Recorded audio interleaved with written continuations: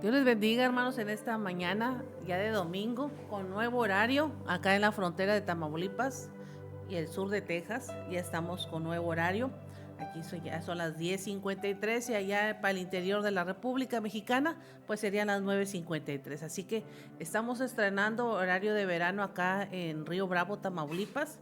Y en el sur de Texas estamos también estrenando horario, así que estamos una hora adelantados, un poquito tarde, estamos ya en el programa, pero estamos haciendo unos ajustes aquí, pero ya estamos nuevamente en este domingo de enseñanza bíblica y le damos la bienvenida a todos ustedes, a mi hermana Karina Sánchez. Gracias, hermana Karina, por estar aquí muy puntual, a la hermana Fabiola, a Alejandra Murillo y a C. Monterrey, y a cada uno de ustedes que nos están escuchando a través del 106.5 FM aquí en la ciudad de Río Bravo. Pues bienvenidos a nuestra enseñanza del día de hoy. Continuamos con nuestra unidad. Son 7 lecciones, vamos apenas en la segunda clase sobre el Sermón del Monte y hoy vamos a hablar un poquito de lo que es la moralidad cristiana. Así le pusieron como título a esta enseñanza de hoy porque abarca ciertas características de la moralidad. Y ahí le dejo de tarea que busque el concepto de moralidad para que en la tarde, cuando usted pueda escucharme nuevamente, pues lo vamos a abarcar este concepto, pero se los encargo de tarea el concepto de moralidad, que usted, o la definición, concepto de moralidad, para en esta tarde partir de ahí la enseñanza por la tarde eh, para cada uno de ustedes. Entonces, lo que vamos a ver ahora, o lo que trata la clase, son precisamente características de lo que es la moralidad cristiana o del creyente. Recuerde que usted es hijo de Dios, entonces esta moralidad tiene que ver con Dios. Entonces, usted es el ejemplo, es el diseño de Dios en esta tierra. Una vez restaurado a la imagen de Dios, después de haber aceptado a Cristo como nuestro Salvador. Cuando el hombre pecó, Adán y Eva pecaron, este diseño se echó a perder. La vasija se echó a perder, pero nuevamente se restaura cuando viene Jesús a nuestra vida, a nuestro encuentro. Y ahora sí, tenemos que trabajar con cosas dentro de nuestro interior que no le agradan a Dios. De eso vamos a hablar en esta mañana, perdón. Y la verdad central de esta clase nos dice que los ciudadanos del reino de Dios se caracterizan por su moralidad cristiana. Por eso que importante es que usted tenga bien claro el concepto, la definición de moralidad. En nuestro texto clave, en Lucas 10:27 dice: amarás al Señor tu Dios con todo tu corazón. ¿Qué dice? Con todo, o sea, no nada más una parte, una área, no, con todo tu corazón, con toda tu alma, con todas tus fuerzas, con toda tu mente, y a tu prójimo como a ti mismo. Y este texto es a grandes rasgos características de nuestra moralidad cristiana, o sea que es todo corazón, toda alma, todas fuerzas, toda mente y prójimo, 5 cosas que deben de estar bien entregadas y sometidas a Dios para que el enemigo no haga cosas en nuestra vida que nos resten de la presencia de Dios. La parte del sermón del monte de Jesús que se cubre en esta lección toca temas como la ira, toca temas como el perdón, como el amor a los enemigos y la transformación interior. Así que prepárese con su pluma, con su lápiz, con su Biblia para en esta mañana comenzar con nuestra clase. Así que vamos a orar para poner pues esa lección no en las manos de Dios, porque la palabra viva te tiene que transformar. Vamos a ponernos a nosotros en las manos de Dios para que Él abra nuestro entendimiento. La palabra por sí sola te tiene que transformar y cortar las cosas que no te convienen a ti ni me convienen a mí. Entonces, ¿para qué hacemos la oración? Para que cuando llegue esta palabra, la oración nos haga tener un buen entendimiento. Para eso oramos. Señor, en esta mañana te damos gracias por la oportunidad que usted nos da de poder venir ante estos micrófonos y compartir la enseñanza bíblica de su palabra. Que este tema, Señor, nos haga entender cosas que todavía no comprendemos, que este tema nos lleve a una reconciliación, nos lleve también a una confrontación de aquellas cosas que todavía no hemos cambiado y que necesitamos cambiar. Ayúdanos, Señor, a que esa transformación en nuestra vida pueda ocurrir en todas las áreas que todavía no te hemos entregado a ti. Espíritu Santo, tráenos el discernimiento. Espíritu Santo, quita los velos en esta mañana que puedan estar estorbando para poder obrar el propósito que tú ya tienes determinado con cada uno de nosotros. Yo te doy gracias en el nombre de Jesús. Amén. Pues de eso vamos a hablar en esta mañana. Y hay muchos proverbios que existen en casi todas las culturas para preservar la sabiduría convencional y transmitirla a la siguiente generación. Entonces, esta enseñanza de hoy es una enseñanza de consejos, de proverbios, pero consejos bíblicos. Así como hay seculares, proverbios seculares, también hay enseñanza bíblica que nos enseña a hacer las cosas correctas. A veces esos dichos sabios no contienen toda la verdad. En la siguiente sección que vamos a ver hoy del Sermón del Monte, el Señor Jesucristo, al explicar, al traer esta enseñanza, reveló o hizo una revolución de la sabiduría convencional judía, obligando a las personas a reconsiderar cómo interpretaban la ley del Antiguo Testamento. Es decir, ya la conocían la ley, pero la ley no la vivían como Dios quería. Sí, gracias, hermana Karina.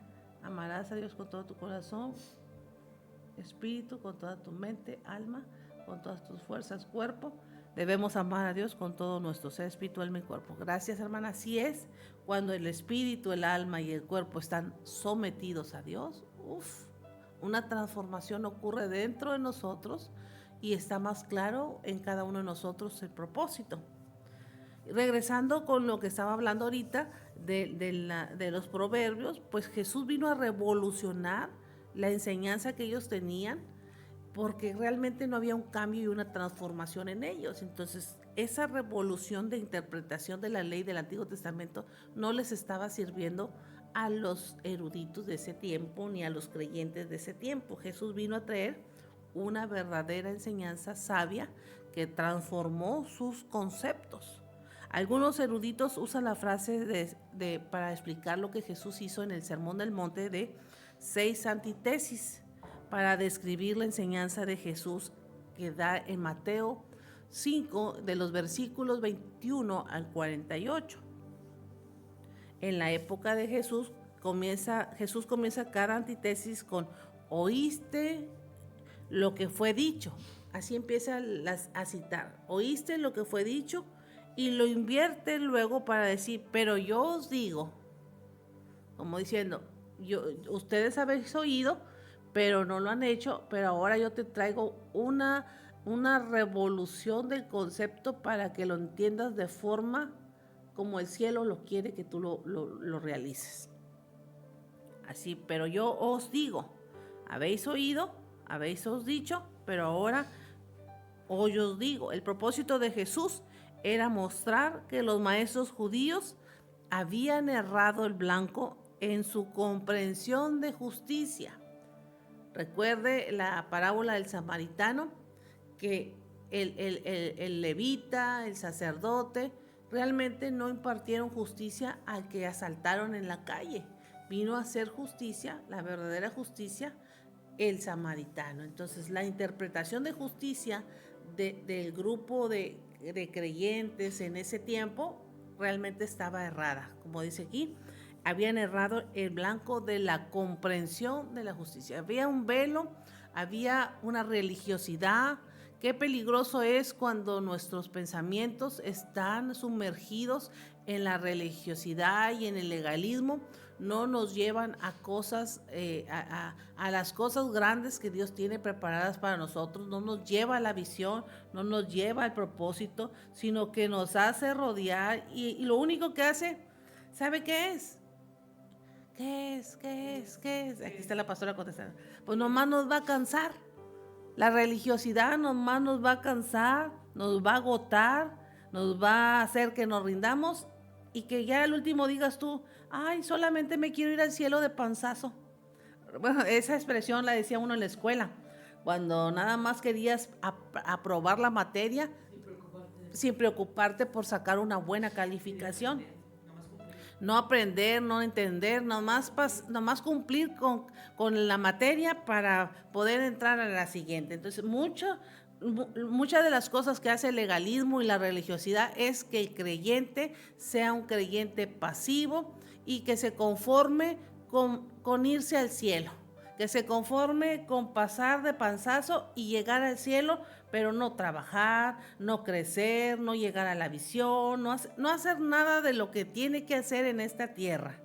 Entonces, cuidado cuando el legalismo, la religiosidad llega a nuestra vida, usted va a ser un conformista y dentro de ese conformismo hay un peligro de que usted se pierda, que se haga un criticón, que se haga un juicioso de todas las cosas, porque usted es el único que tiene la verdad y todos los demás son pura mentira y no le crea a nadie y vea las cosas como que ya los santos se fueron y solamente quedo yo, tipo un Elías que se sentía que era el único que quedaba de los profetas, pero Dios le habla y le dice, han quedado 7,000 que no han doblado sus rodillas. Así que no es la última Coca-Cola usted para que se crea tan santo y tan legalista, porque hay gente que realmente busca de Dios y que ama a Dios con todo su corazón, como ahorita me escribí aquí la hermana Karina, que ama a Dios con todo su corazón, con toda su alma y con todo su ser, con todo su cuerpo. Así que esto quería Jesús cambiar el concepto de este tipo de servir a Dios, que se había convertido en una tradición y no en una devoción. Cuidado cuando tu servicio a Dios se convierte en una tradición y no en una devoción. En una devoción, lo siento mucho, si no la tienes, estás muerto espiritualmente. Hay que volver al primer amor, hay que volver a la devoción y sacar todo concepto legalista y religioso que puede estorbarnos en el propósito que Dios tiene para nosotros. Entonces vamos a entrar a nuestro primer punto de la moralidad cristiana. Nuestra primera parte habla de la ira y de la lujuria y son temas muy fuertes para decirlos, pero así viene, pues ni modo, así viene. Dios tiene que hacer algo con nosotros porque quiere decir que hay ciertas cosas que todavía a usted y a mí nos están restando lo que Dios quiere hacer en nosotros. En otras palabras, usted y yo necesitamos transformación en esas áreas. Vamos a leer los versículos 21 al 26, donde habla de que la ira es equivalente al asesinato. Estamos en Mateo capítulo 5. Y dice en la Biblia, oíste que fue dicho a los antiguos, no matarás. Cualquiera que matare será culpable del juicio, pero yo os digo que cualquiera que se enoje contra su hermano será culpable de juicio, y cualquiera que diga necio a su hermano será culpable ante el concilio. Y cualquiera que le diga fatuo quedará expuesto al infierno del fuego. Por tanto, si traes tu ofrenda al altar y ahí te acuerdas de que tu hermano tiene algo contra ti, deja ahí tu ofrenda delante del altar y anda y reconcíliate primero con tu hermano y entonces ven y presenta tu ofrenda. Ponte de acuerdo con tu adversario pronto, entre tanto que seas con él en el camino. No sea que el adversario te entregue al juez y el juez al alguacil y seas echado a la cárcel. De cierto te digo que no saldrás de ahí hasta que pagues el último cuadrante. Entonces, aquí el tema, si usted está viendo su Biblia, dice Jesús y la ira. Y ese tema está relacionado con el asesinato, con el homicidio, está relacionado con el perdón, está relacionado con la ofrenda que tú traes al altar, está relacionado con la reconciliación y con que el enemigo te va a echar de cabeza, ¿verdad? Entonces Jesús comienza esta sección del sermón recordando el mandamiento de Dios contra el asesinato. Sin embargo, lleva el principio bíblico aún más allá y equipara a la ira, fíjense, la ira con el asesinato. Entonces, qué peligroso es una persona iracunda. Está peor que un asesino en serie. La ira no resuelta es venenosa. O sea que la ira es el aspid de la serpiente Satanás en tu vida, el veneno. Es venenosa y puede destruir el bienestar de una persona junto con todas sus relaciones interpersonales de esta persona. Como Jesús explica, también conduce este tipo de pensamientos o de reacciones conducen a juicio. Él requiere que sus seguidores se reconcilien con sus hermanos creyentes antes de ofrecer sacrificios a Dios. Tú puedes estar cantando en la iglesia, trayendo tu ofrenda, tu semilla y odiar a todo el mundo. Entonces déjame decirte que de nada va a servir que tú traigas tu semilla, tu ofrenda, o estés adorando a Dios, estés en el coro, seas el salmista, seas el músico, o seas el cristiano más devoto de la iglesia. De nada va a servir si primero no hay una reconciliación y un perdón. Ahora que conoces la verdad, ahora que ya la estás escuchando en esta mañana, si no lo haces, de nada sirve. Jesús quería que sus seguidores, que tú eres un seguidor de Jesús como yo, nos reconciliemos antes de ofrecer sacrificios. En otras palabras, nuestras relaciones con otras personas afectan directamente nuestra relación con Dios. Es decir, si yo no me reconcilio, ya no voy a poder sentir la presencia de Dios. Si yo no me reconcilio con mi hermano, con mi hermana, con mi tío, con mi tía, con mi pariente, con mi amigo, ya no voy a sentir igual la presencia de Dios en mi vida. Algo me va a afectar. Algo el enemigo va a portillar en mi relación con Dios que yo no voy a ser el mismo con Él.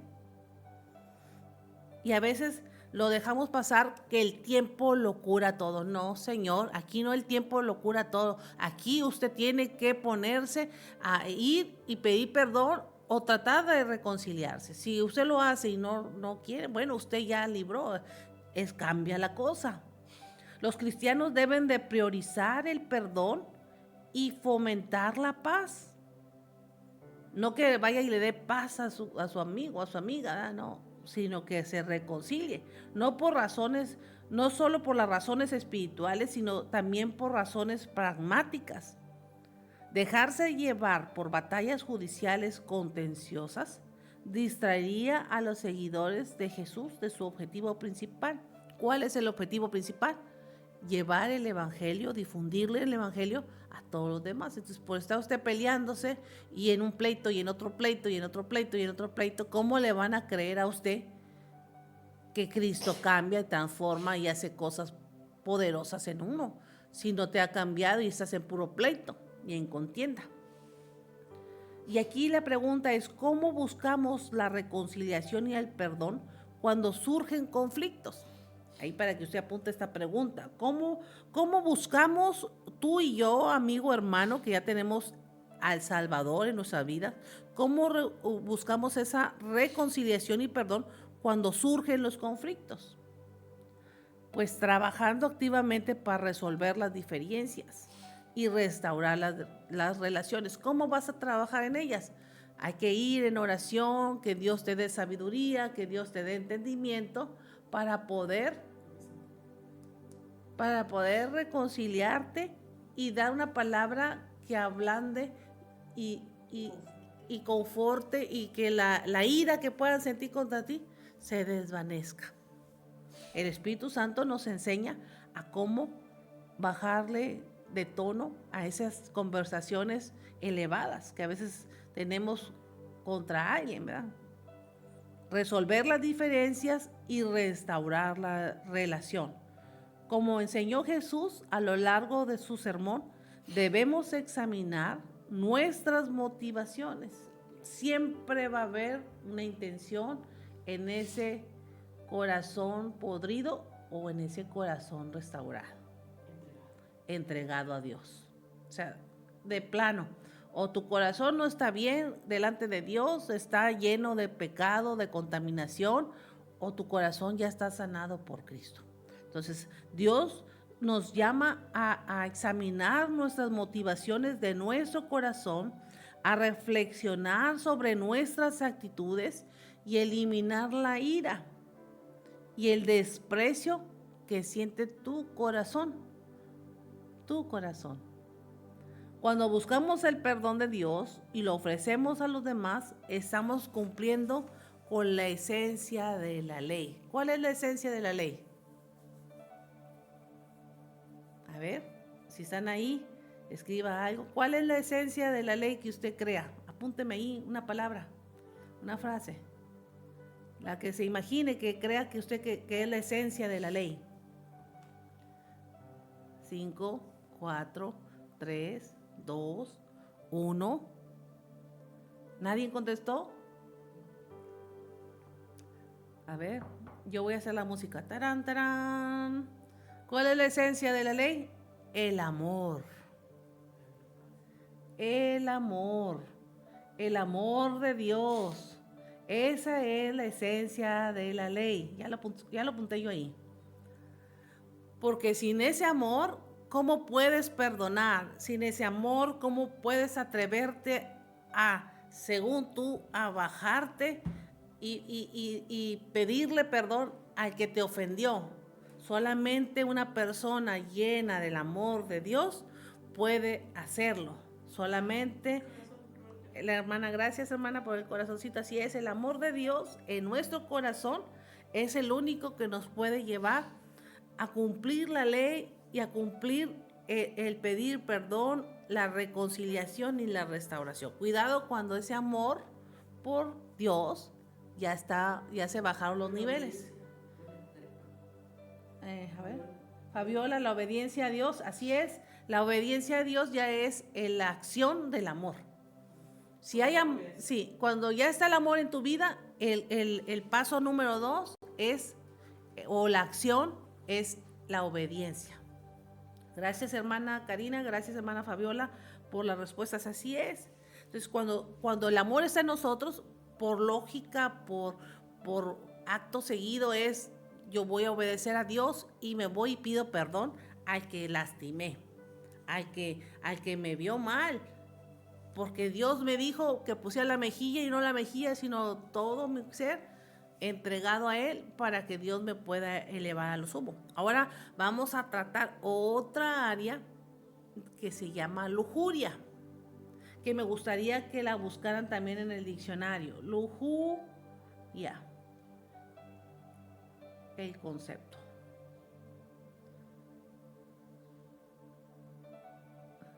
Ahí lo puse para que usted apunte, ya lleva tarea, moralidad y lujuria. Mateo 27, 5, 27 al 30. Ahora, estos versículos hablan de la lujuria. En el encabezado de su Biblia dice Jesús y el adulterio. Entonces, la lujuria está involucrada en el adulterio. Dice así, no oísteis que fue dicho, no cometerás adulterio. Pero yo os digo, aquí está la revolución del concepto de Dios, de Jesús para los escribas, para los fariseos, para los que estudiaban la ley que no la cumplían. Pero yo os digo que cualquiera que mira a una mujer para codiciarla, ya adulteró con ella en su corazón.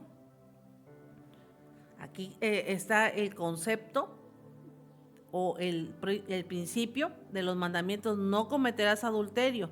Pero Jesús revoluciona el concepto de no adulterio yo digo que cualquiera que mira a una mujer para codiciarla, aquí está parte de lo que es la lujuria, para desearla, codiciarla, nada más con verla y desnudarla, ya adulteró con ella en su corazón.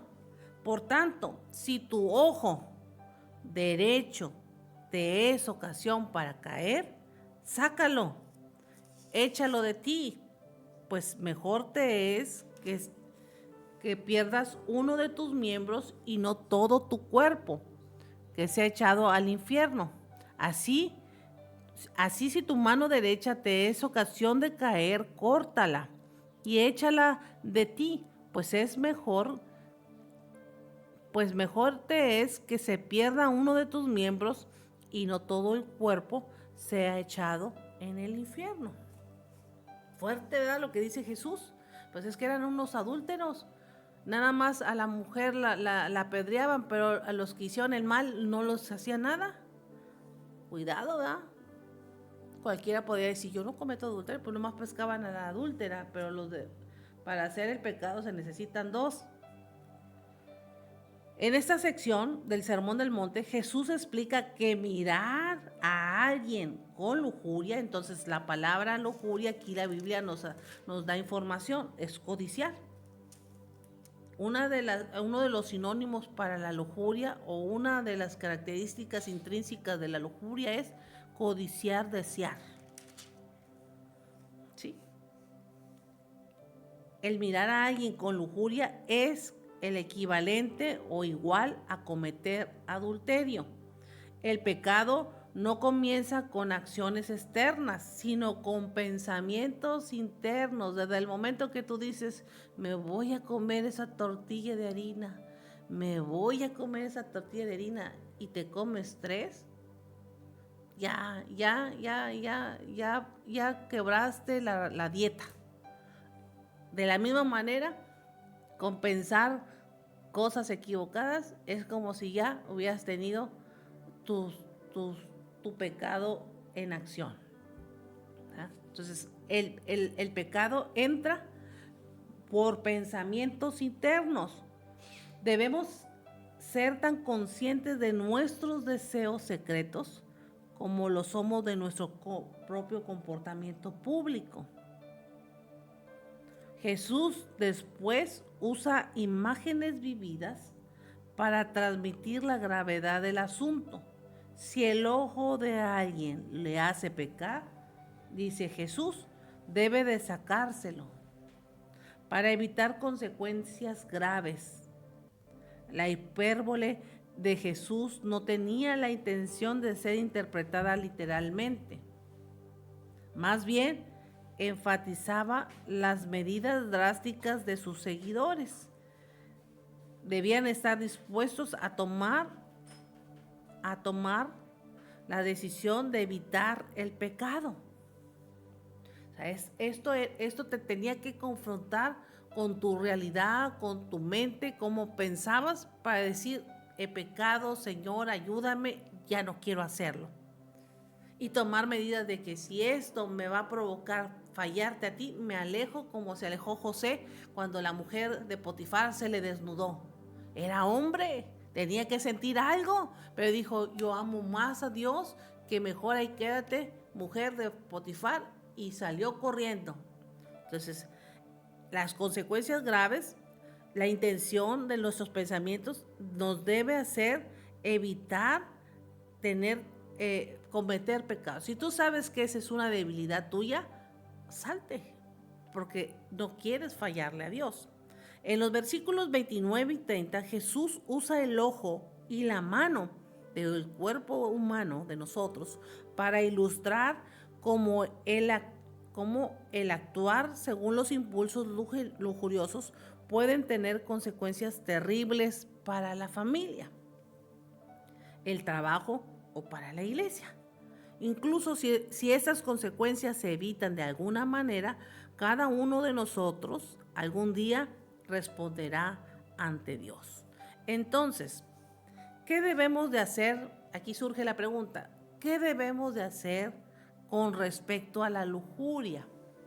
¿Qué es lo que usted y yo tenemos que hacer? Porque se va a presentar en alguna ocasión de nuestra vida, se va a presentar. ¿Qué tenemos que hacer? La respuesta es, la clave es proteger nuestro corazón, proteger nuestra mente de los pensamientos y deseos impuros que a menudo nacen de lo que vemos y de lo que oímos. Es decir, usted tiene que cuidar lo que ve, tiene que cuidar lo que oye, y si no es grato delante de Dios, inmediatamente ir a la presencia de Dios y pedirle al Señor, Señor, límpiame, purifícame de toda contaminación del pecado, porque yo no quiero fallarte. Yo quiero que mi mente, mi corazón, mi espíritu no te fallen, y protegerlos de que solamente te amen a ti. Que esos deseos no vengan a tocar la puerta de mi corazón. Esos deseos impuros no vengan a tocar la puerta de mi corazón, y que yo no dé cabida a la tentación. Todo esto se hace para reaccionar en contra de la tentación, porque la Escritura dice que la tentación va a venir de diferentes formas, pero va a venir. Pero poderoso es Dios para ayudarnos, para estar intercediendo por nosotros, para que tú no caigas en la tentación. Cuando Jesús le dice a Pedro, Satanás ha venido para zarandearlos, estaba hablando para tentarte, pero yo voy a estar rogando al Padre para que no caigas en ella. Sí vas a pasarla, pero para que no pierdas el amor y la integridad que tú tienes para conmigo. Así que Satanás va a venir a zarandearte, te va a mover el tapete, te va a dar donde te gusta, pero ahí es donde se necesita el dominio propio, donde se necesita la templanza para poder resistir. Dice la Escritura, resistir al diablo y huirá de vosotros. Dios no traerá una tentación que tú no puedas resistir, que tu cuerpo diga, ay, sí caigo. No, quiere decir que la tentación que viene la puedes tú resistir. Yo la puedo resistir. Él nos ayuda, pero también tú tienes que hacer tu parte. José lo hizo. José dijo, yo ya hasta aquí, estoy en mis límites de mi cuerpo, estoy en mis límites de mi vigor. Si yo me quedo un minuto más viendo a esta mujer desnuda, si yo me quedo un minuto más oyendo lo que me dice, ven, yo voy, pero mejor me salgo de aquí porque no quiero fallarle a Dios. En cambio, Sansón dijo, ay, Dalila, ahí te voy. No se resistió. Entonces, ejemplos tenemos en la Escritura, en la Biblia, de que si tú quieres, si puedes salir en victoria de cualquier tentación. Viene la tentación, pero es donde tú tienes que tomar sabias decisiones, tomar medidas prácticas y proactivas para prevenirla. Tienes que instalar filtros, ya sea en internet, si es algo por ahora en las redes sociales, usar controles en las plataformas que existen, o simplemente en las relaciones interpersonales. Tú debes de tener tus límites. El Espíritu Santo te tiene que enseñar, te tiene que guiar, pero tú tienes que hacer la parte operativa. La parte espiritual te la da Dios, pero ya la parte operativa donde tú accionas, esa la tienes que implementar tú. Yo no puedo, no resisto, me voy, mejor me voy. Yo puedo, resisto, hasta donde el Espíritu Santo me ayude, aquí estoy, haciéndole frente. Pero ya no le puedo hacer frente, me voy y me pongo a orar en otro lugar, donde no me venga el enemigo a robar ese amor tan grande que está dentro de mi corazón, que es Cristo. Amén. Y eso nos lleva a la segunda parte de la moralidad cristiana, que es la integridad en el matrimonio y lo que se habla. Y vamos a leer el versículo 31 y 32 del capítulo 5 para hablar del abandono y del adulterio. Abandono y adulterio. En su Biblia lo marca nada más como el divorcio. Jesús y el divorcio. Dice de la siguiente manera: también fue dicho, cualquiera que repudie a su mujer, dele carta de divorcio. Pero yo os digo, aquí está, cuando usted lea en este sermón del monte, pero yo os digo es la revolución del principio que ya estaba pues cauterizado por los discípulos, por los escribas, por los fariseos. Pero yo os digo que el que repudia a su mujer, a no ser por causa de fornicación, hace que ella adultere. Y el que se casa con la repudiada comete adulterio. Jesús continuó su discusión sobre la pureza sexual. De la lujuria y del adulterio pasó al abandono, al divorcio. Explicó que cualquiera que se divorcie de un cónyuge, excepto por casos de infidelidad marital, hace que el cónyuge cometa adulterio.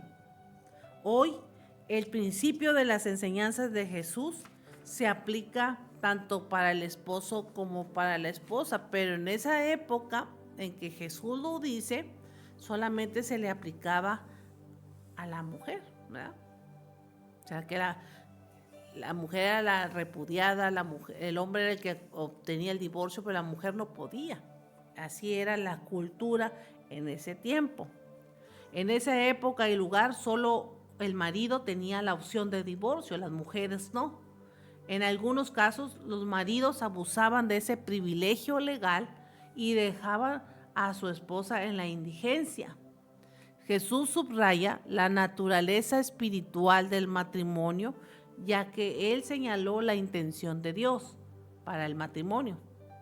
Dado que es una unión sagrada, el divorcio solo debe de considerarse una respuesta a la traición más grave. Jesús continúa diciendo que Jesús continúa diciendo que cualquiera que se case con una persona divorciada también comete adulterio. El matrimonio no es solamente un contrato temporal, aunque las personas consideran que un matrimonio es nulo o inválido. Dios todavía puede reconocerlo como vinculante si no se ha cumplido sus requisitos para el divorcio. Para tener un divorcio, el requisito es adulterio. Solamente por causa de adulterio viene un divorcio. Los cristianos deben valorar la santidad del pacto matrimonial y esto lleva al esposo y a la esposa a comprometerse a buscar soluciones en lugar de recurrir al divorcio. Para quienes han experimentado el divorcio y se han vuelto a casar, Jesús enseña a aprender de los errores pasados y construir relaciones saludables que honren a Dios en el futuro. Y eso nos lleva a otros versículos donde nos explica más a profundidad esto sobre los juramentos y los votos. Versículos 33 al 37 del mismo capítulo 5. Usted lo va a ver ahí como Jesús y los juramentos. Y dice de la siguiente manera: además habéis oído que fue dicho a los antiguos, no perjurarás, sino cumplirás al Señor tus juramentos. Pero yo os digo, eso es lo que dice Jesús, pero yo os digo, no juréis en ninguna manera ni por el cielo, que es el trono de Dios, ni por la tierra, que es el estrado de sus pies, ni por Jerusalén, que es la ciudad del gran rey, ni por tu cabeza jurarás, porque no puedes hacer blanco o negro un solo cabello, pero sea vuestro hablar sí, sí, y no, no, por lo que es de esto de mal procede. Sigo leyendo hasta el 37. Bueno, hasta aquí, hasta el mal procede. Jesús comenzó nuevamente la declaración reiterativa: habéis oído lo que fue dicho.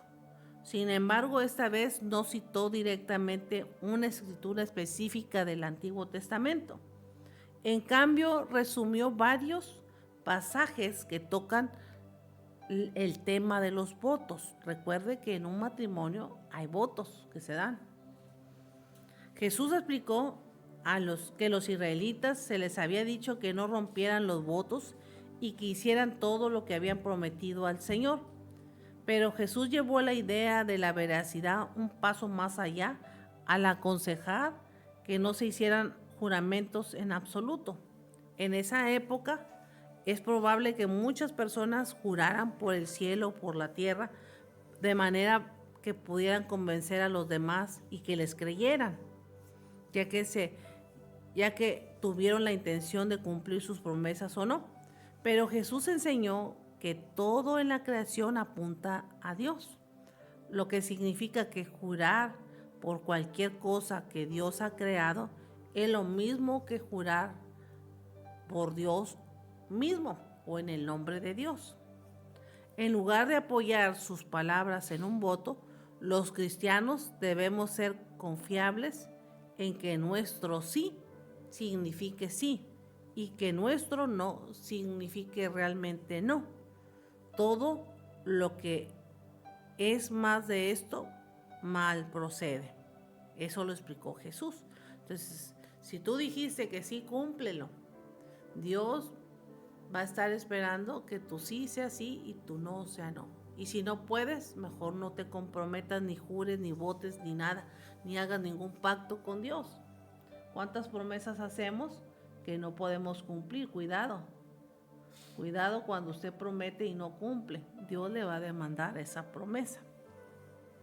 Y nos lleva esto a la tercera parte de esta clase de la moralidad cristiana. Ahora, ama a tus enemigos. Esta segunda parte hablábamos de la integridad en el matrimonio y en el que habla. Ahora vamos a hablar de amar a tus enemigos. Versículos 38 al 42 nos habla de que la venganza no es buena. Dice en su Biblia: oíste lo que fue dicho, ojo por ojo, diente por diente, pero yo os digo, no resistáis al que es malo. Antes, a cualquiera que te hiera en la mejilla derecha, vuélvele la otra. Y el que quiera ponerte en pleito o quitarte la túnica, déjale también la capa. Y cualquiera que te obligue a llevar carga por 1 milla, ve con él 2. Al que te pida, dale, y al que quiera tomarte de ti prestado, no se lo rehuses. Jesús explicó cómo sus seguidores debían de responder a los conflictos y al maltrato. La naturaleza humana dicta que debemos pensar en nosotros primero. En esos términos se utiliza mucho la razón y la lógica, que nos venguemos cuando alguien nos lastima. Pero Jesús espera lo contrario de nosotros cuando le hemos conocido a Él como nuestro Salvador. Al usar la frase ojo por ojo y diente por diente, Jesús estaba recordándoles a sus oyentes que el sistema legal del Antiguo Testamento, como dice Éxodo 21:24, Levítico 24:20, Deuteronomio 19:21, esta parte de la ley no tenía la intención de ser una fórmula para la venganza, sino un método para limitar la respuesta de una persona. Muchas veces la mala interpretación es lo que hacía que la gente se vengara. Por eso Jesús estaba trayendo una reforma a lo que estaban viviendo. Las reglas de Dios prohibían la insurrección y las peleas. Al explicar el principio que sustenta esta frase, Jesús dijo que sus discípulos no debían resistir al que es malo.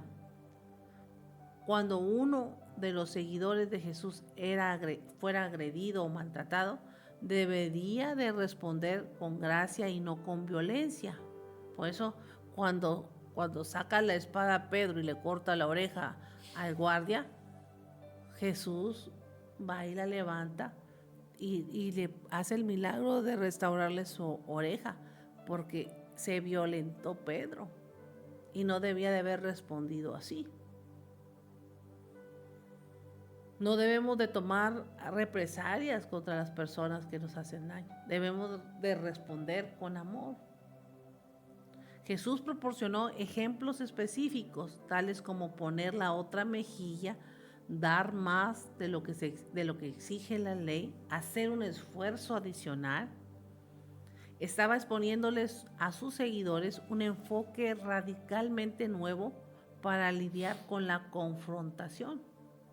En lugar de procurar la venganza, debemos de responder con actos de bondad y generosidad. Y eso significa carácter en nosotros, y eso significa que hay un fruto del Espíritu en nuestras vidas. Bondad y generosidad son frutos del Espíritu Santo dentro de nosotros. Entonces, si nosotros estamos cultivando una vida espiritual, ese fruto debe de salir cuando viene un enemigo y se confronta contigo y te pega. Si el fruto del Espíritu está en nosotros, lo que va a salir de nosotros es bondad y generosidad. Pero si sale venganza, estás en la vil carne. Entonces, cuidado cuando no cultivamos una vida espiritual. De eso estaba hablando Jesús. Los fariseos por fuera se miraban muy bien como cristianos, por eso Juan el Bautista dice sepulcros blanqueados, nada más por fuera bien, pero por dentro bien podridos. Entonces, cuidado cuando nosotros estamos reflejando una imagen por fuera de muy santos y de muy cristianos, pero en la primera que nos hacen sale todo lo que hay dentro de ti que no es de Dios. Las cosas malas que tienes en tu interior salen. Entonces, esto nos lleva también a reconocer que el amor es el que debe de salir en todo lo que nos haga. Versículos 43 al 48, el amor en lugar de odiar. Dice de la siguiente manera: oíste lo que fue dicho, amarás a tu prójimo y aborrecerás a tu enemigo. Pero yo os digo, amar a vuestros enemigos y bendecid a los que maldicen, hacer bien a los que os aborrecen y orar por los que ultrajan os persiguen. Y usted va a decir, entonces yo así no juego, ¿verdad? ¿Cómo está esto? Pues Jesús lo dijo. Cuando verdaderamente tú has cultivado una vida en Cristo y el amor de Dios ha fructificado en ti, esto se puede lograr. Versículo 44, subráyalo en tu Biblia. Tú puedes amar a tu enemigo, bendecir a los que te maldicen, hacer bien a los que te aborrecen y orar por los que te maltratan o ultrajan o te persiguen, para que seáis hijos de vuestro Padre que está en los cielos, que hace salir el sol sobre los malos y buenos y que hace llover sobre justos e injustos. Porque si amáis a los que te aman, pues ¿qué recompensa tienes? ¿No hacen también lo mismo los publicanos? Y si saludas a vuestros hermanos solamente, ¿qué hacéis de más? ¿No os también hacen así los gentiles? Sé pues vosotros perfectos, como vuestro Padre que está en los cielos es perfecto. Cuando habla de perfectos es llenos de amor. Perfectos es alcanzar la plenitud de Cristo, donde la manifestación del fruto del Espíritu te hace tener el carácter como de Cristo, como el de Dios. Eso habla de perfección aquí en las bienaventuranzas. Jesús después invitó a sus oyentes a imitar el amor perfecto de Jesús. Comenzó esta sección de la enseñanza con: oíste que fue dicho, amarás a tu prójimo y aborrecerás a tu enemigo. El mandato de amar proviene del Levítico 19:18, pero el mandato de odiar a tu enemigo no se encuentra en el Antiguo Testamento. En este caso, en lugar de explicar el principio detrás de la ley, Jesús simplemente estaba revocando la práctica común, lo que ya estaban haciendo, de odiar al enemigo. Jesús introduce un enfoque nuevo y revolucionario. Sus discípulos no solo amarían a sus enemigos, sino que irían más allá y orarían por sus perseguidores.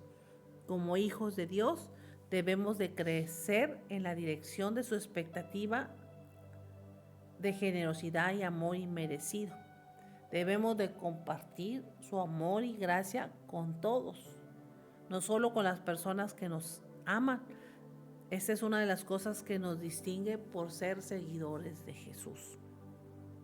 Así que el perfecto, que es Dios, debe de estar en tu vida y en mi vida. ¿Qué estamos haciendo para que ese perfecto amor de Dios sea manifestado en una plenitud en cada uno de nosotros? ¿Qué nos dice Dios? Jesús llama a sus discípulos a hacer más que seguir la letra de la ley, o sea, seguir las instrucciones, pero sin sentirlas, ¿verdad? En cambio, debemos aspirar a un nivel más alto de moralidad, siguiendo los principios que sustentan la ley. Pertenecer al reino de Dios significa regular nuestras emociones y procurar la reconciliación. Lo repito, pertenecer al reino de Dios significa regular nuestras emociones y procurar la reconciliación. Significa también honrar nuestros compromisos y cumplir nuestra palabra. Significa también mostrar amor y bondad sin importar cómo nos traten los demás. Hermoso, ¿verdad? 6 cosas. Pertenecer al reino de Dios es regular nuestras emociones, procurar la reconciliación, honrar nuestros compromisos, cumplir nuestra palabra, mostrar amor y bondad, sin importar cómo nos traten los demás. Muchas de las veces nos buscamos una excusa, es que esto no está bien. El evangelio de antes eran las sendas antiguas. Ya esto es muy moderno, no hay santidad, no hay integridad, hay algo oculto, sí, oculto tienes tú, tu corazón, que no quieres dejar que Dios trabaje en él. Pues cuidado cuando la religiosidad, el legalismo, nos cubrimos con ella porque te estás pareciendo a un fariseo, a un publicano, te estás pareciendo a gente que realmente no tiene una relación con Cristo. Aquí lo importante es que sea Él en nosotros y que tú puedas perdonar a todo mundo, sin importar cómo te traten. A ti no te importa cómo te traten los demás, siempre y cuando el amor de Dios esté en tu vida. De eso se trata la moralidad. Cumplir con el amor de Dios en todos los tiempos y en todas las acciones que tengamos que hacer. Dios quiere realmente que tú alcances la perfección, como el último versículo que leíamos. Sed pues vosotros perfectos como vuestro Padre que está en los cielos es perfecto. Cuando tú y yo alcancemos esa perfección, pues Dios, yo creo que nos va a llevar de esta tierra. Tú todavía estás aquí juntamente conmigo porque necesitamos ser moldeados. Dios necesita trabajar en nosotros para poder alcanzar esa perfección. Estamos en un proceso continuo en el que Dios está trabajando con cada uno de nosotros, pero está en usted y en mí que le permitamos a Él que nos ayude a alcanzar esa perfección. Cuando tú y yo la hemos alcanzado, pues yo creo que nos vamos de esta tierra. Hemos logrado el objetivo, hemos alcanzado la visión, hemos alcanzado el propósito, entonces ya no hay por qué estar aquí. Pero si todavía estás aquí en esa tierra, Dios te está dando una oportunidad de que tú llegues a cumplir esa misión que todavía te falta. Así que yo en esta mañana te exhorto y te aconsejo a que busques la perfección de Dios en tu vida. ¿Cómo? Pues buscándolo a Él de tal manera que cuando vengan cosas que te quieran dañar, tú puedas perdonar y no sentir ningún agravio. Que realmente haya una devoción en ti y no una religiosidad en tu vida. ¿Cómo te vas a dar cuenta? Cuando perdonas. ¿Cómo te vas a dar cuenta? Cuando amas a tu enemigo. ¿Cómo te vas a dar cuenta? Cuando buscas la reconciliación. ¿Cuándo te vas a dar cuenta? Cuando ya no hay ira, cuando ya no hay odio, cuando no quieres matar, sino que quieres darle lo mejor a Dios. Cuando hay esa bondad y esa generosidad manifestada en tu vida.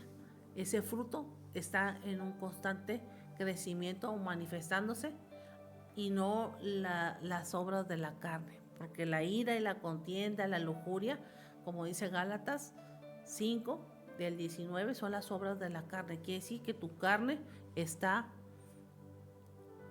manifestada y no lo espiritual. Entonces necesitamos trabajar en esa área para que se manifieste el fruto del Espíritu, que es a partir del versículo 22 de Gálatas 5, donde dice, más el fruto del Espíritu es, y comienza con el amor. El amor es el ingrediente principal de ese fruto. Amor, gozo, paz, pero todo es amor con gozo, amor con paz, amor con paciencia, amor con benignidad. El ingrediente principal del fruto del Espíritu en nosotros es el amor de Dios. En esa mañana, si pudieras tener un tabulador de ese amor de Dios depositado en tu vida, ¿en qué porcentaje estaría? Hazte un autoexamen. ¿En qué porcentaje estaría si pudieras medir el amor de Dios en tu vida? ¿En qué nivel está esa copa del amor de Dios en tu vida? Termino con un pasaje que di en las preguntas del jueves. Salmo 139, versículos 23 y 24. Examíname, oh Dios, y conoce mi corazón. Pruébame y conoce mis pensamientos y mira tú en mí si hay camino de perversidad y guíame por el camino eterno. Este versículo es la oración que tú y yo debemos de hacer para saber a qué nivel está el amor de Dios dentro de nuestro corazón. Si está a un 100, pues vamos a ser bondadosos, perdonadores, no va a haber ira, no va a haber contienda, ninguna obra de la carne, no va a haber lujuria, no va a haber lascivia, no va a haber fornicación, adulterio, no va a haber malos deseos, ni malas palabras, ni maldicencia, ni nada de eso, porque el fruto va a estar desarrollado.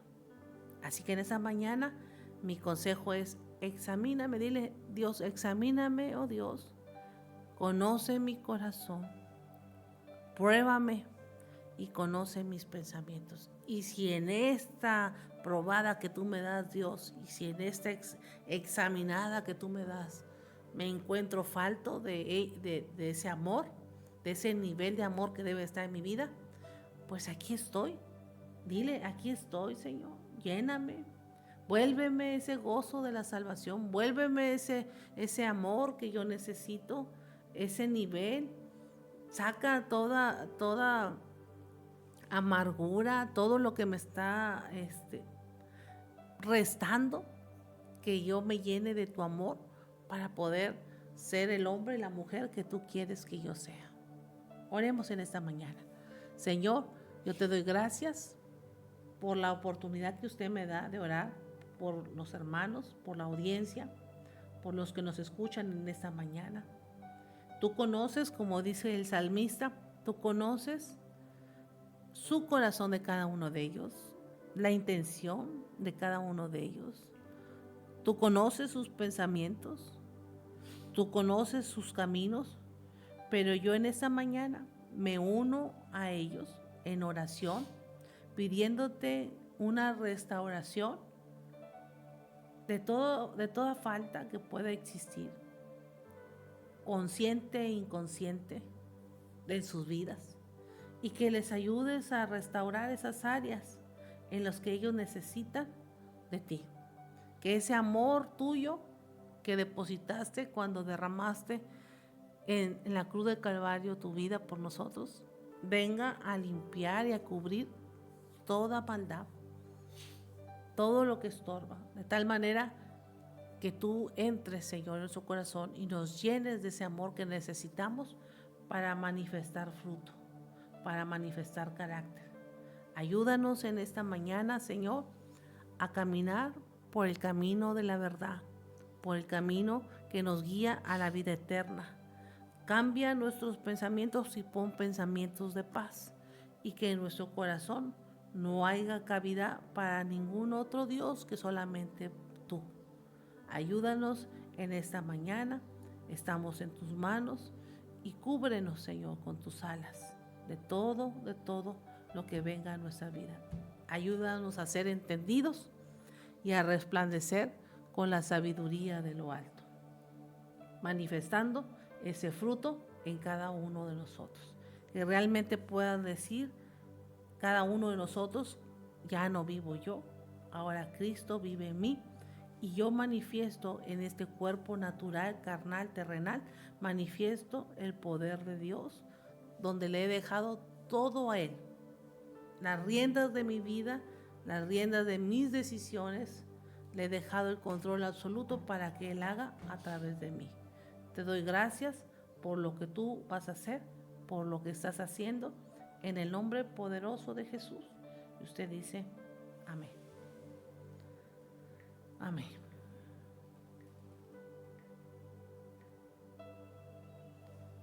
Pues gracias por habernos escuchado en esta mañana. Poderosa palabra que Dios quiere transformarte a usted y a mí. Él quiere un cambio en nuestras vidas y no solamente un cambio, sino permanecer en Él. A veces el cambio lo hace Dios al principio, pero como que se enfría ese amor, pero Dios quiere que ese amor permanezca para siempre. ¿Cómo debe de permanecer? ¿Cómo le debemos de hacer para permanecer? Pues buscando su rostro.